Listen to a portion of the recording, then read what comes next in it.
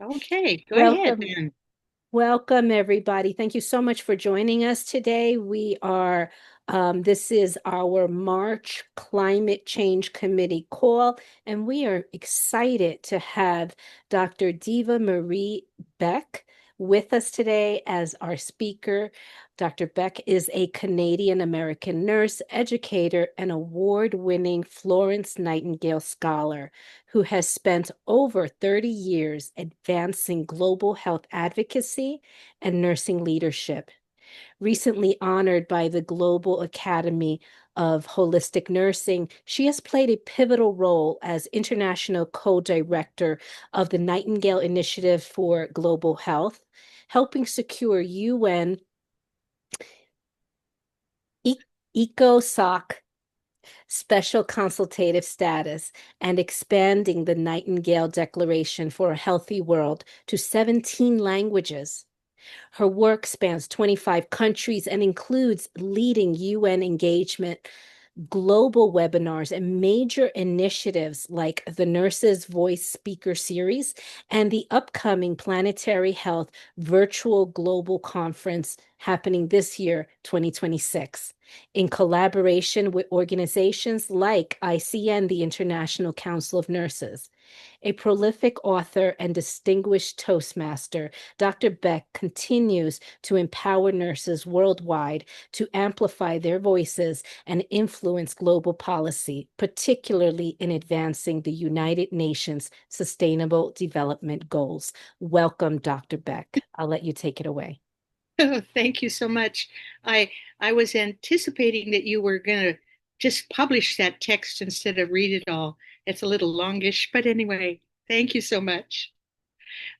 Thank you. I really appreciate the opportunity to be with all of you, and I know that each of you are very busy with your own leading edge nursing work, working for causes specifically for healthy environments and related environmental dynamics.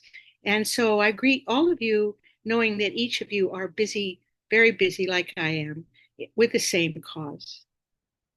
I uh, I've been asked to say a little bit about my life and how I came to this. And so I was thinking about adding, just saying maybe 15, 20 minutes max, telling you my story in this context, and then going to a slideshow to kind of bring you images which are more memorable than words. I began my nursing career in the early 70s and worked for 30 years from roughly 72 to 2002 in critical care, in women's health, in home health, and also across the 80s. I was busy with alternative medicine, complementary medicine, holistic health. And in that context, my first husband and I studied psychoneuroimmunology as a way to understand the connections between emotional health and immune strength, for instance, especially the neurotransmitters called endorphins, that helped us to understand the connections uh, between the psyche, neurology, and immunology. And of course, that we saw that as holistic. And so we wrote, self published a book about this, and we developed workshops and home study courses. And for about 4 years, we provided continuing education credits for California nurses.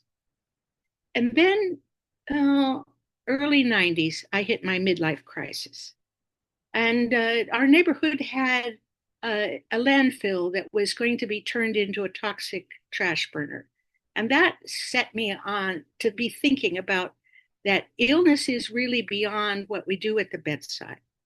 Even holistically, we could make nurses and hospitals as holistic as we could make them, but there are still upstream causes for health concerns, for injury, for sickness, and for suffering. And so I began to think about that. And just about then in 1992, perhaps some of you remember this, the United Nations convened a Earth Summit in Rio de Janeiro. I didn't go to that summit, but I was uh, keen for it, and I attended several meetings that focused on uh, preparing for this summit. And what I learned from that was that even though this was a UN summit attended by government bureaucrats, leaders, Fidel Castro was there from Cuba. It was a big, flashy deal with government leaders and ambassadors, etc. But the real edge and the real success of that conference was in the conference's NGOs. They had their own separate forum, and they were the ones who were keeping in the environmental concerns in the global public consciousness. And that was my initial introduction to global civil society, and it was what I wanted to do with the rest of my life. So then I moved to the East Coast and I began to do short term nursing contracts. And I thought that I was walking away from nursing. So then, across the course of these early years in the mid 90s, several of my colleagues in the East, in Washington, D.C., and in Ottawa, and I shaped a model that was connecting health with economics, with education, with ecology. Uh, and we shaped a model, and we were told that we should take this to a United Nations preparatory meeting in New York City because nobody else was doing this at this time. This was mid 90s, way before the Millennium Development Goals in 2000. So we took this to the UN, and one of the people in our audience was a woman who was the Turkish organizer of this summit, which was going to be called the UN Habitat or Human Settlement Summit in Istanbul in mid 96, in summer of 96. So we made our presentation, and she said, "Wow, this is something great. You should come to Istanbul and bring all of this to our NGO forum." And so we went to the UN coffee shop to talk about this, and who should show up in the coffee shop but a man who was just my acquaintance then, who later became my colleague and even my second husband, but he was only a friend at that point. He said, his name was Wayne Kynes, and you'll hear more about him in my slideshow. He said, "Did you know Florence Nightingale began her work in Istanbul?" I said, "No, no idea." He said, "Yes, and what you should do is develop, actually convene an international tribute to Florence Nightingale at the barracks where she began her work. That barracks is still standing on the Asian side of Istanbul." And I, so the woman organizing this said, "That's a great idea." And within 2 weeks, we were faxed this confirmation. And I had to then say, well, what does Florence Nightingale have to do with global citizenship, with the Human Settlement Summit, with anything that we're doing at the end of the 20th century? And I was flabbergasted to learn that she was deeply relevant, even with the early books that I had at that stage. And so, as it turned out, I keynoted at that international tribute to Florence Nightingale at the Scutari barracks where she began her work. And that's when I knew that I was taking my own global citizenship uh, ahead because of Florence Nightingale. She was modeling this for nursing, and that I was not just doing this for myself, but I began to have an inkling I was doing this for others and for nurses in her name. So across the end of the 90s and into the early 2000s, I did my Nightingale Scholarship and completed my doctoral work in 2002. And with other Nightingale scholars and others shaping what I was thinking at that point, including the man who asked me about whether I knew Nightingale was in Istanbul. So in those early 2000s, we began to say, okay, here we have Nightingale and who she really was, who she deeply was and broadly was, beyond being just the person who worked for 2 years at the first Crimean War and who worked for uh, founding modern nursing and modern nursing education, focusing on hospital care, on bedside care.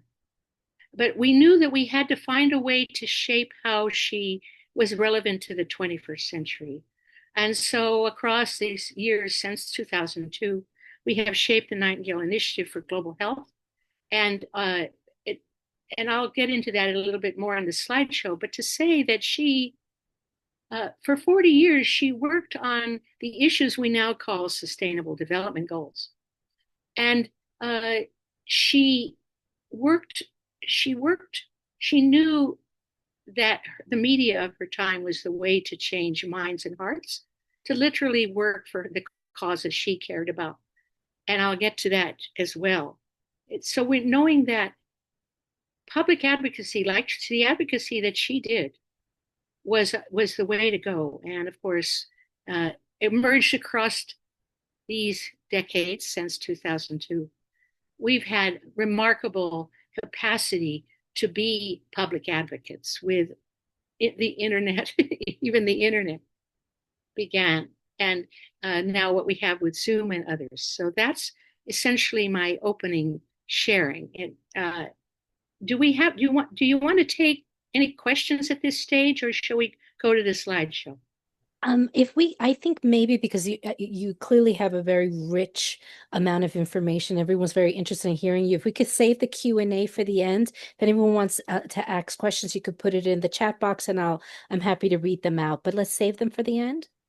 Okay, all right. So let's see if I can get this, set this up.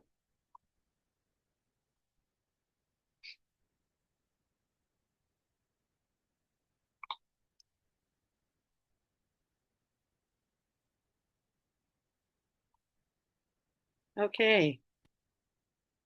Well, slideshow, come on. This is always tricky. I don't know why. Let me stop share again and start over. I have the same problem. Okay. Perfect. Yeah, well, maybe I need to just go without the slideshow and just show it Oh, it this looks way. good for us. It looks Okay, good. let me just do that. I'll make it as big as I can on the screen. And also I have to do this so that I change the slides here when I do that. Thank you for your patience with me on this. Okay, so one more thing, make it a bit bigger. Okay, so going global. Reflections for our next steps. Using a few select questions to share my global experience. Okay, well, let's get this bigger here. Our sense of global has evolved from a globe on our desks toward understanding the global oneness of humanity. As nurses, we are coming to understand that global crises often arise from the suffering human beings have endured, a seemingly perpetual condition of the world. So, what is health from a global perspective? I love to quote back all the way back to the founding of the WHO in 1948. Health is a state of complete physical, mental, and social well-being, and not merely the absence of disease or infirmity. And within the Constitution preamble, two major pieces come to mind. Let me see if I can make it bigger a little bit here. The health of peoples is fundamental to the attainment of peace and security, and is Deva, dependent. Dr. Yes, Beck, I'm so sorry. sure. Are you, and this is may not be the case, but are you trying to advance your slides, or is this indeed the slide that you're still talking to? What slide are we? What slide do you have? It's the first slide with the nurse at the stethoscope holding a Oh globe. my goodness! See, that's the trouble. I've been looking at the slides going forward. Let's solve this with a slideshow and start over quickly. Uh,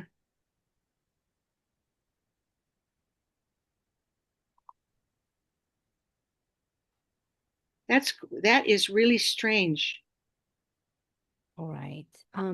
That's okay. They, See, Dr. yeah, Beck, but see, then changing it is the issue because when I go to the next slide, it's not there. You still see, what slide do you see now? Do you the still see same the, the same yeah, first one. that's a bummer. Let's, If do you why want to is, do you want to email me the slides and I can see that's a from my great idea. side? Okay. I think it is, it's a big file. Okay, let me, Or somebody else do some talking move, while I go stop share and get this. oh, Wait, no, wait. Here, here's the slideshow behind it. How weird. So here, now let's do this.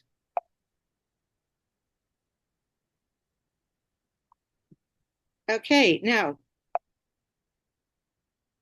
do you see that? Do you see yay! the, yeah, oh, good. That was sitting behind. That's weird. I've never seen that. Thank you so much for your patience. Speaking of trouble with technology. Okay, our sense of global has evolved from a globe on our desks toward understanding the global oneness of humanity. As nurses, we are coming to understand that global crises often arise from human suffering that beings have endured, a seemingly perpetual condition of the world. What is health from a global perspective? The WHO says health is a state of complete physical, mental, social, and social well-being, and not merely the absence of disease or infirmity. And let me just see here. The health of all peoples is fundamental to the attainment of peace and security, and is dependent on the fullest cooperation of individuals and states, not just national members of the WHO, but individuals. An informed opinion and active cooperation on the part of the public are of the utmost importance in the improvement of the health of all people. Active cooperation on the part of the public, including nurses who know so much about health. So how do we do health globally? Created, whoops.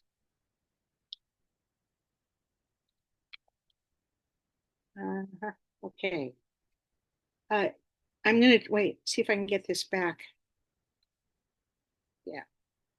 Uh, Within the United Nations in the 1970s, a man named Wayne Kynes, who I already introduced, developed a sorry, create he was on a team of UN communication staffers who wanted to involve experts at grassroots at global levels in global dialogues about the causes they care about. This was the 1970s. And they did this by sharing what they knew,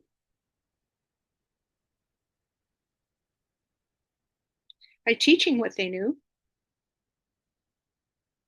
and by using emerging media to tell the world what they knew.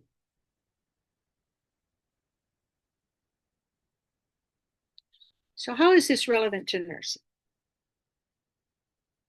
Florence Nightingale said in 1893, she said, health is not only to be well, but to use well every power we have. And she literally said, we must form public opinion. In 1893, she told nurses to do this. Her notes on nursing began as a self-help book for the general public. She wrote more than 200 books, pamphlets, reports on health-related issues, articles for popular journals, newspaper letters to the editors, plus 14,000 handwritten letters still available in archives around the world. She called this health nursing. So we were saying, well, what have she done with YouTube? Health is not only to be well, but to use well every power we have. So this introduces the Nightingale Initiative for Global Health, often called NIE. a grassroots to global movement and growing worldwide community of friends and colleagues, created to bring the voices of nurses, midwives, and concerned citizens into advocacy for global health concerns, engaging us to do in our time what she did in her time. For instance, she connected environmental degradation with illness. Literally in the 1870s, she wrote for a popular magazine similar to the New Yorker or the Atlantic today. She wrote how deforestation caused flooding and related increase in cholera death. Already an environmental activist. Also, just to say that Wayne Kynes was one of our founders, the founders of the Nightingale Initiative, and he took his experience as the founding director of communications for the United Nations Environment Program and helped us to punch way above our weight early on to be already thinking about aligning with the United Nations at the global level. We are proud of Nye's environmental activism roots, Wayne Kynes and Nightingale. Nye has become a catalytic grassroots to global INGO, further developed through advocacy projects, experiential workshops, webinars, keynotes, journal articles, textbook chapters, multimedia websites, videos, and UN briefings. And in 2018, I was granted special consultative status with the United Nations Economic and Social Council, as Ella has said. Thus, we are developing feedback loops to officially engage grassroots voices in global dialogues. So what is global nursing practice? Nurses are oriented to tools and to tasks. Information is our global tool, and information sharing is our global advocacy task. So what is nursing's global relevance? We are achieving the United Nations Sustainable Development Goals. And just by the way, the World Health Organization took this image and placed it in 3 stories on it in its lobby, saying that the Sustainable Development Goals were all health determinants. So we're working on global health and well-being, quality education, gender equity, clean water, sanitation, and now, of course, you are working with climate action, as we are. All of these sustainable development goals are in our purview. Plus, we're working in Sustainable Development Goal 17, Partnerships for Goals. And just for some examples, for example, we're working together on this Planetary Health virtual global conference for nurses and midwives, April 21st and 24th of Earth Week, just in a few weeks, featuring 90 leading nurses and midwives from around the world, including some of you. I didn't catch you all who were, but these faces are familiar to you. And across 23 and 24, we had a Nurses Voices speaker series featuring 50 nursing leaders from 34 nations. And across 24 and 25, a Student Nurses Voices speaker series featuring 102 student nursing leaders from 30 nations. Oh, and this is my opportunity to share, to brag a little. Perpetual Ofori Ampofo, the president of the Ghana Registered Nurses Association, and now ICN's third vice president, said, "The work of Nye and its partners is very important to the growth of nursing around the world. It was my singular honor to have been given the opportunity to play a role in this." Let's see if I can move this. Dr. Marika Monaco in Italy said, "This was truly a meaningful moment of exchange, not only of experiences, but also of ideas and reflections on the future of our students and our professional lives." Dr. Megumi Tashima, now second vice president of ICN, said, I think it is very important to have opportunities to dialogue with young people who are studying to become nurses. We are honored to be invited to participate in this wonderful project at York University. I appreciate very much your foresight and creativity. And a leading nursing professor in India said what I just love to hear. Nurses are the beating heart of our planet and our motherland. And Dr. Naima Al-Ghazir, who was the former WHO representative in Egypt and originally a senior scientist for nursing and midwifery in WHO in the 1990s. She said, nurses are a powerhouse of change. I believe we have the solutions and we need to scale up these solutions, scale them up and scale them up again. And my friend, Dr. Khaldoun Adiabat, who is actually from the Middle East, but works at a university in Cape Breton, Nova Scotia. He said, I felt as though I was transported into a world of wisdom and soul, only to return refreshed with new perspectives and deeper understanding. I am truly optimistic about the future of nursing because we have such dedicated and pioneering nursing students leading the way. So now, briefly, a little more. What is nursing's global legacy? For this section, I like to bring Nightingale's famous calling. In February of she was 17.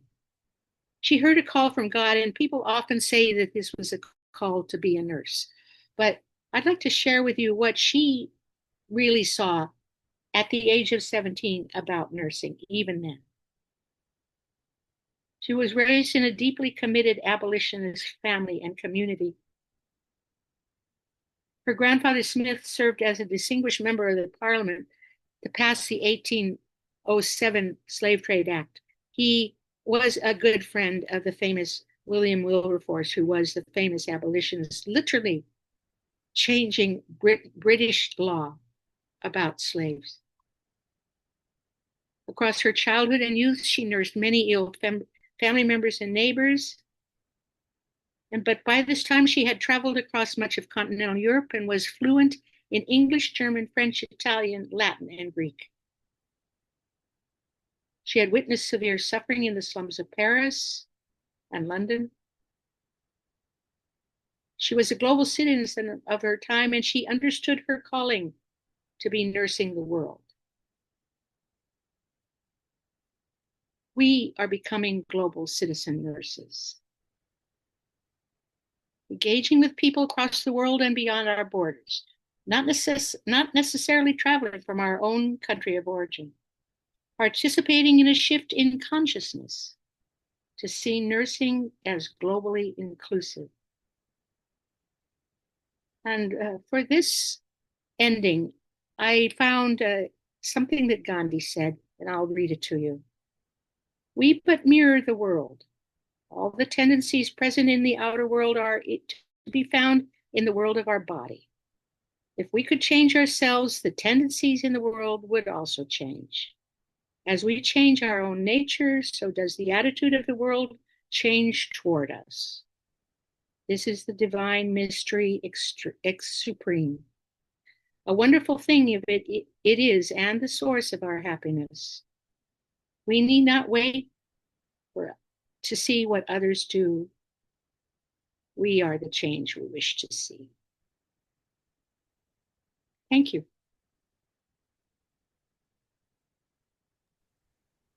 Oh my goodness. Thank Wow, you now we have some time. Thank you so much. Oh, that was wonderful. Please, if you have any questions, I'm sure I am sure that our group today has comments, questions. Please. Please raise your hand. I'm happy to call upon you. Please. Please. Don't worry. Don't Yes, worry. Robin. Well, I'll ask a question because, Deva, this is a very nice presentation and really kind of great way of sort of grounding the work in global health tethering that to kind of the work with the planet and nurses' enduring work within this. I'm wondering whether you've thought about that time at Scutari and looking at Florence Nightingale there and the meeting between Florence Nightingale and Mary Jane Seacole, and certainly watching the trajectory that's happened over the last 20 years in terms of us remembering or recalling Mary Jane Seacole over in this country, but certainly the changes that have happened to the School of Nursing, the Thomas School in London, with the Yeah. renovation, the redoing the statue of Mary Jane Seacole, and we Yeah. have a staff member in our department who is from is uh, is from is it Barbados, Bermuda? But anyway, she's from Mary Jane Seacole's land, St. Thomas, Mhm. and she's all into it. It's all over Right. that place. So I've been trying to kind of connect these two interests and these two Yes. great movements in nursing together in terms of thinking around Yes. some of the sort of like deeper community practice that Mary Jane Seacole was applying. And certainly, as you said, Florence's kind of connection to hospital-based work, right? Yes. But both globalists. So, what have your thoughts been on as you've watched this revolution, this Mm. re-remembering of Mary Jane Seacole and the significance in the work of Mm. nursing? What's your comment? Right. Thank you for that question. It's an excellent one. And it is very, it's keenly relevant in the context of uh, biracial issues within nursing. Uh, I first heard of Mary Seacole in 2012 when I was doing a keynote at the Commonwealth Nurses and Midwives Federation in London, and the Jamaican nurses said, "But what about Mary Seacole?" Which I didn't know at that point. Clearly, she achieved something remarkable in that time. That's just to briefly say, she called herself a deaconess. She was serving health and that certainly the health of the soldiers of uh, the Crimean War with her knowledge of herbal medicine. And she had literally, she set up her base beside the battlefield in the Crimea so that the soldiers could have what they needed, including, I'm sure, painkillers that were probably opioids. Uh, and she was deeply appreciated for that. And just think of that. Think of a Jamaican at that stage in 1860s, getting herself all the way to Turkey. Well, possibly Russia at that point. Crimean, that's what they were fighting over. Crimea, whether it was Turkish or Russian. And uh, and providing that she was a global citizen in that context and a nurse, even though she didn't have quote nursing training, but who did at that stage? This was before Nightingale established the quote modern secular nursing. Seacole and Nightingale met briefly at the Scutari barracks where she began her work, and people are saying that she was rejected to be on Nightingale's staff. She was actually, it was a timing situation. She had when she asked, when she was first in London, she asked if she could join Nightingale's group, and they had just left on their ship. So the person saying no to her wasn't Nightingale, was someone who was thinking about logistics. Nightingale was already uh, obviously not concerned with race. She wanted help from everywhere. She was very, very open to all the races. But Nightingale has had a bad rap for that. Uh, and what I'm telling you is deep in the Nightingale scholarship. It's not widely known. So, uh, by all means, uh, there's one amazing Nightingale scholar, Dr. Lynn MacDonald, who did this collected versions of Nightingale across 16 volumes sitting like this on a desk. She was very upset that there was a Mary Seacole statue on the Thames just below the St. Thomas's Hospital, across from Westminster, across from the Parliament building, just downhill from the Nightingale Museum. But I think that was a way to say, okay, nursing is really for all races, and Mary Seacole is a good example of this. And that's my take on it. It's what I say when people ask me. Thank you. Thank you so Hopefully much for that's that. helpful to you, Robin. Thank you. Thank you, Dr. Beck. I do want to make sure that we are able to get to our other questions. Sure. So next I see Sue had a question. Thank you, Millie. And thank you, Dr. Beck.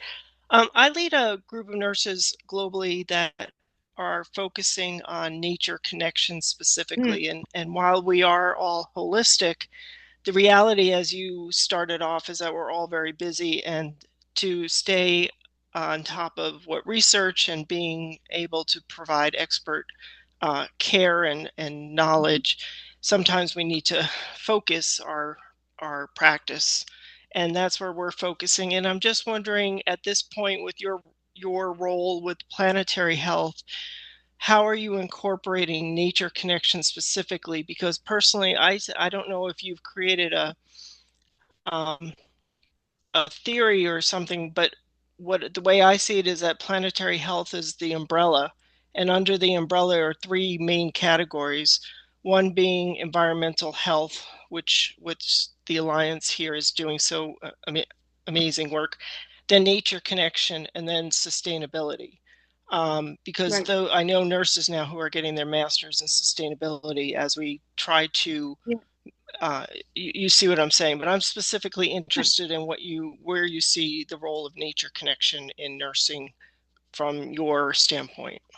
Well, if we had another hour, I could tell you about my own experience, but I would say within the 6 webinars across the world for the Planetary Health Conference, 5 of them have Indigenous perspectives and practices as concurrent sessions, and people who are bringing Indigenous perspectives from each region, each of those regions.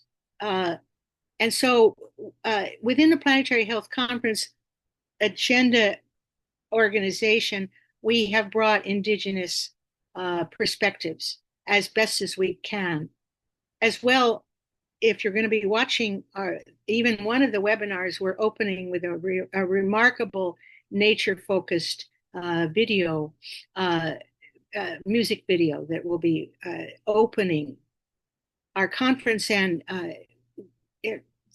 Teddy Potter will say that that of course Indigenous perspectives is at the core of Planetary Health, because Indigenous peoples were concerned with planetary, with their regions and their nature, and they understood balanced ecosystems, etc.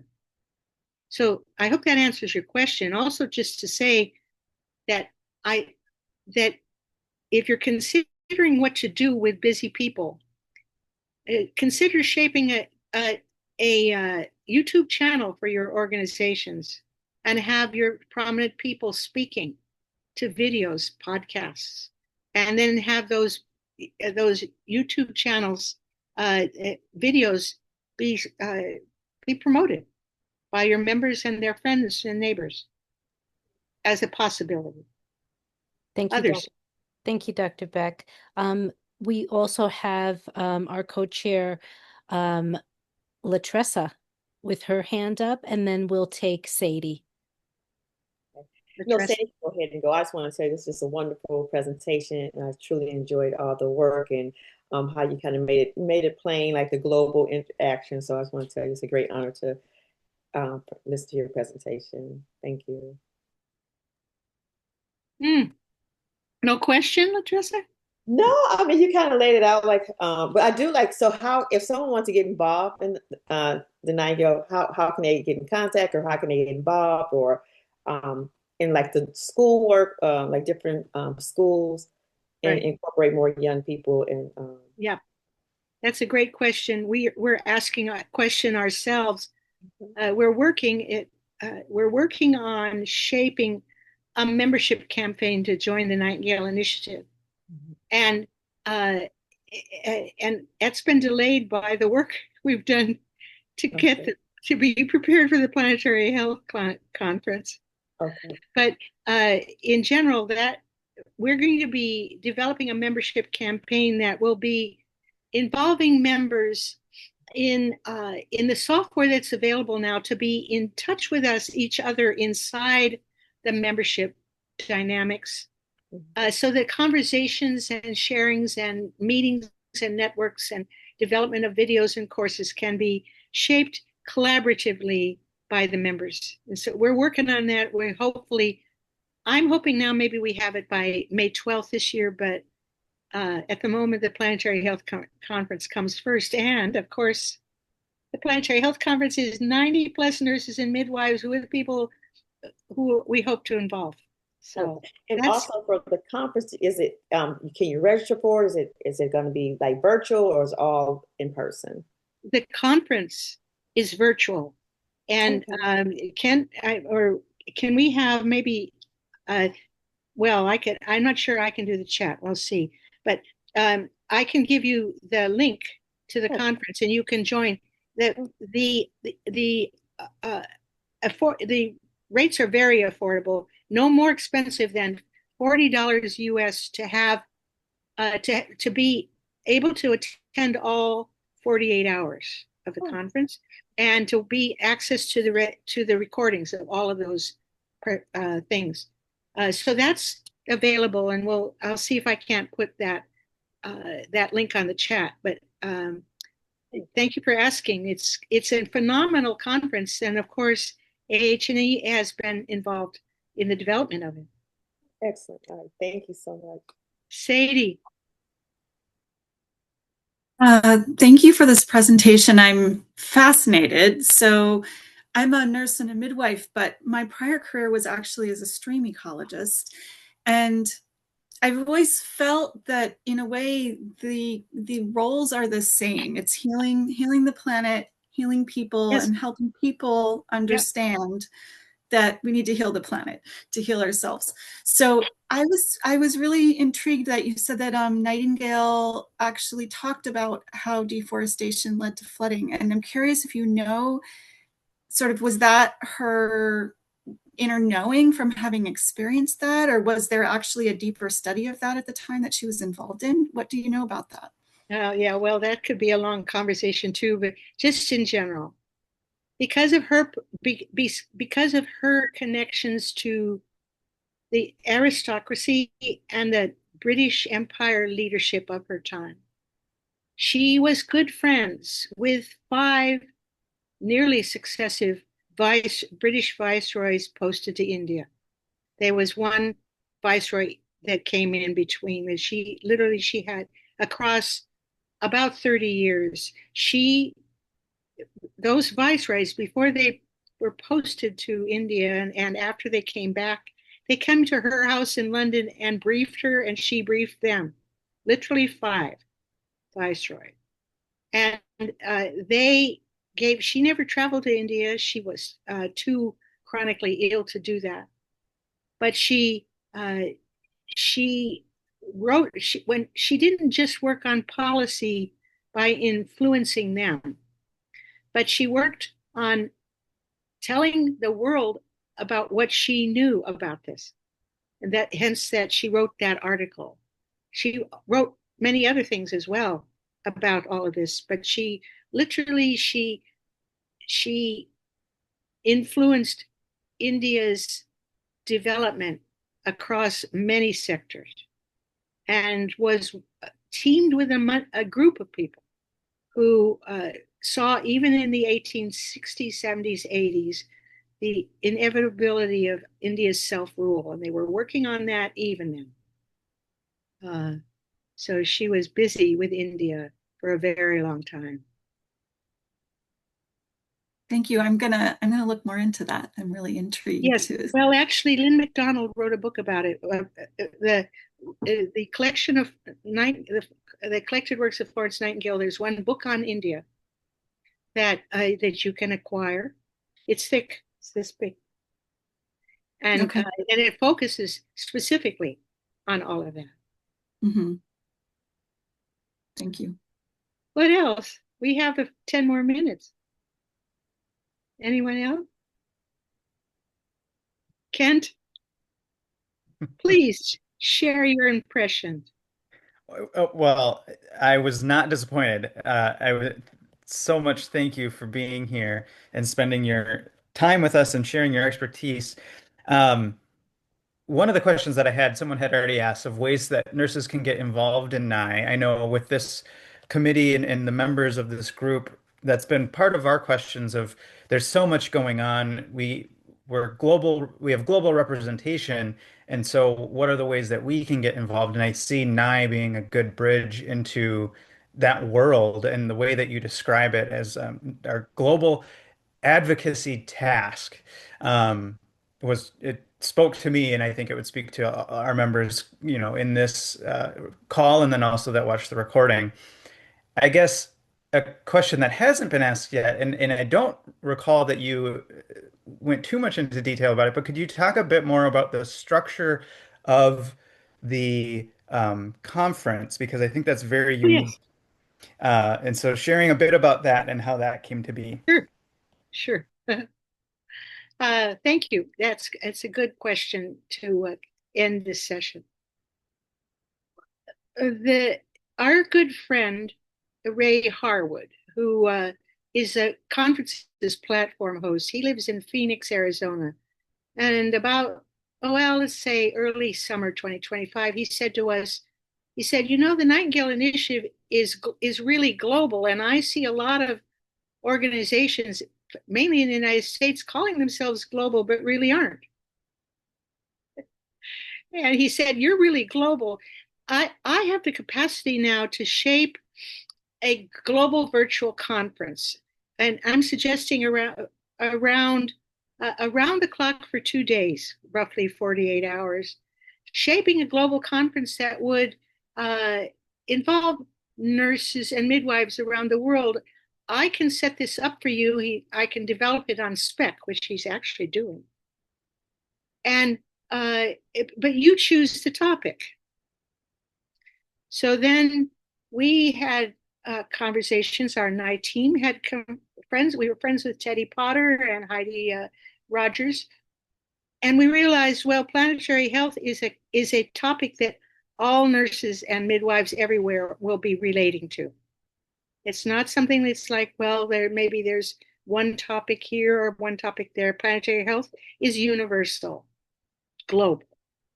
So we decided to do planetary health, and with that decision, we decided also to shape the 48 hours to include all 6 regions of the World Health Organization, like we did with the Nurses' Voices and Student Nurses' Voices speaker series. So, and we decided to do this in Earth Week 2026 so that we can be a dynamic part of that celebration worldwide. And so we decided to use these two 24-hour sequences. The first one, Tuesday the 21st. The first webinar will be from Western Pacific Oceania. And then the second one will be from Europe. And the third one will be from North America. And that's the one that Kent is organizing. And many of you are involved. I see some names of people who are involved already. And that's for Tuesday the 21st, around the clock. Western Pacific, Oceania, Europe, North America. And then on Friday the 24th, again around the clock, starting in Southeast Asia, then to the Middle East and Africa, and then to Latin America, Caribbean. So we have 6 webinars, and within each webinar, there's 3 blocks. The first block is where Teddy Potter and Heidi Rogers share planetary health and tell deeply about that. And then there's a half-hour block that will be like a break where people who are sponsors and others are exhibitors People can look at it, a virtual exhibit hall. And then for 2 hours following that, we're going to have regional sessions where nurses and leading nurses and midwives will be the speakers. And in the first 45 minutes of that 2 hours, there'll be featured panelists focusing on the problems related to planetary health and leading with a moderator and 4 speakers speaking for roughly 10 minutes apiece. And then for a full hour in that grouping, we have 4 concurrent sessions being broadcast side by side, so people can choose which one they want to go to. And those concurrent sessions will be moderated, and speakers will be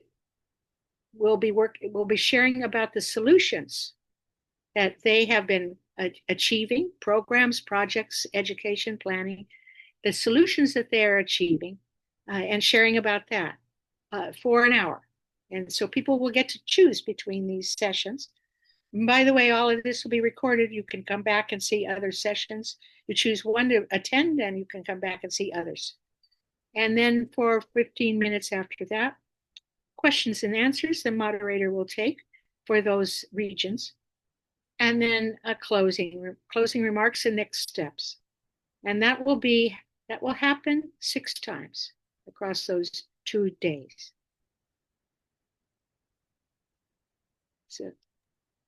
So please go. Let me see if I can get that. Put that in the chat. Let me find it here. And I already have, so we should be you okay. have. Oh, good. Yeah. Good.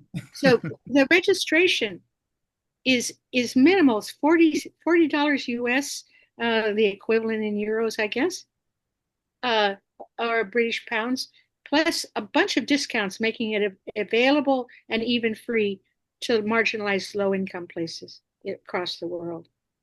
We would love to have 1,000 people, but of course, our 90+ speakers, we're asking them to bring to let their networks know. So it's a leading edge thing to do. People are saying this is nobody's doing this, and that's because of our friend Ray Harwood, the platform.